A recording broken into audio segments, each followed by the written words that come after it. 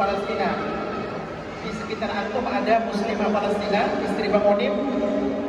Cara mendidik anak kofilinnya itu sebelum berangkat ke sekolah harus setor hafalan Al-Quran minimal 2 juz, bukan baca ya, tapi setor hafalan Al-Quran paginya itu 2 halaman.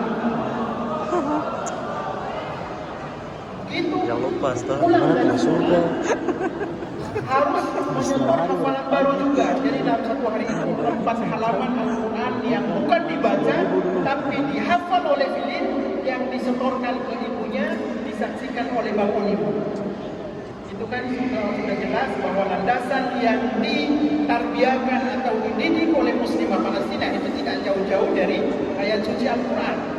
Jadi muslimah Palestina itu mereka tugasnya tidak hanya melahirkan putra-putri mereka, akan tetapi tugas dari muslimah Palestina bukan ke pasar beli sayur, akan tetapi lebih di rumah untuk mendidik anak-anaknya. Yang belanja di pasar beli sayur itu tugas Bang Onim. Beli bawang lah, beli tomat lah, itu tugas Bang Onim. Sedangkan istri Bang Onim, Ibu Raja, mendidik Fili, Nusantara sama Bahari, itu tugasnya dicek terus hampir setiap hari yang namanya hafalan Al-Quran. Kalau contohnya gini, contohnya Nusantara untuk hari ini baru bisa 1 halaman, uang jajannya dikurangi. Itu salah satu motivasi dari muslimah Palestina. Tapi kalau contohnya besoknya Filip bisa menghafal Al-Quran 5 halaman, akan ditambah uang jajannya yang tadinya contohnya Rp25.000 dalam rupiah, bisa ditambah Rp30.000. Otomatis Nusantara jadi iri dong. Akhirnya Nusantara pun ingin, lah saya juga bisa dong kalau gitu untuk mendapatkan Rp5.000. Itu salah satu motivasi dari muslimah Palestina. Setelah mereka melahirkan, membesarkan, mendidik, dan putra-putri mereka tersebut sudah selesai kuliah, tidak sedikit dari putra-putri mereka mengatakan bahwa saya ingin bertempur, berada di medan pertempuran, di barisan terdepan, di safil ula. Kata ibunya, ibu murido untuk putra saya berada di barisan depan, karena hanya ini yang ibu kamu persembahkan untuk Islam, untuk Palestina, dan untuk Allah Subhanahu wa Ta'ala.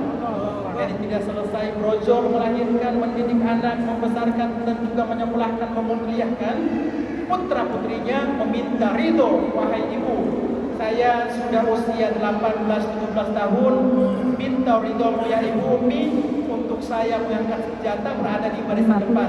Dengan mengusap kepalanya, kata ibu, hanya ini yang dapat saya hadiahkan untuk Allah Subhanahu wa Ta'ala. Itu salah satu didikan, salah satu contoh didikan dari muslimah yang ada di Palestina. Jadi pada saat terjadi peperangan, mereka keluar atau mengungsi atau menghindar dari rumah mereka bukan mencari make up, mohon maaf, bukan mencari semengket, mohon maaf, tapi mereka mencari Al-Quran dan mendekat Al-Quran untuk dievakuasi ke rumah sakit. Atau bahkan ibu-ibu muslimah Palestina pada saat meninggal, mereka tangannya selalu bersyahadat. Tidak hanya bersyahadat, di telapak tangan ini mereka melingkarkan tasbih atau tasbih digital. Bukan dengan mereka handphone atau iPhone lah. Karena mereka itu alhamdulillah hadir di tanah Palestina dengan syukurnya luar biasa.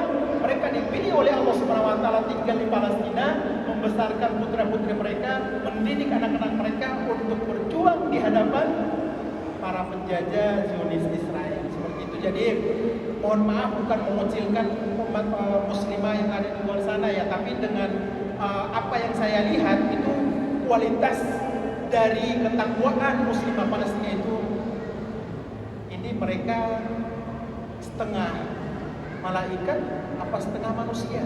Karena memang ini ditanamkan itu dalam hati benar-benar yang berjuang untuk Allah, untuk Palestina, untuk Masjidil Aqsa. Udah 4 aja itu. Rumah mereka hancur, mereka mengatakan bahwa rumah ini kesimpan amanah dari Allah Subhanahu wa Ta'ala. Anak-anak mereka di meninggal, mereka mengatakan bahwa sudah tercatat di Lauhul Mahfuz bahwa putra-putri kami meninggal itu di bawah reruntuhan atau terkena rudal. Sudah ditakdirkan oleh Allah Subhanahu wa Ta'ala. Tinggal meninggalnya seperti apa bukan urusan kita. Akan tapi kan saya sebagai manusia, dalam penafsiran saya, nanti kalau rudal datang atau mobil kami dihancurkan oleh pihak Israel, Bang Onim itu nanti meninggal, apakah kepalanya hancur kah, badannya jadi putuskah, itu hanya angan-angan manusia saja. Tapi sangat yakin bahwa saudara-saudara kita di Palestina meninggal, itu sakitnya mungkin hanya seperti dicubit seperti ini, diangkat nyawanya oleh Allah Subhanahu wa taala. Terima kasih.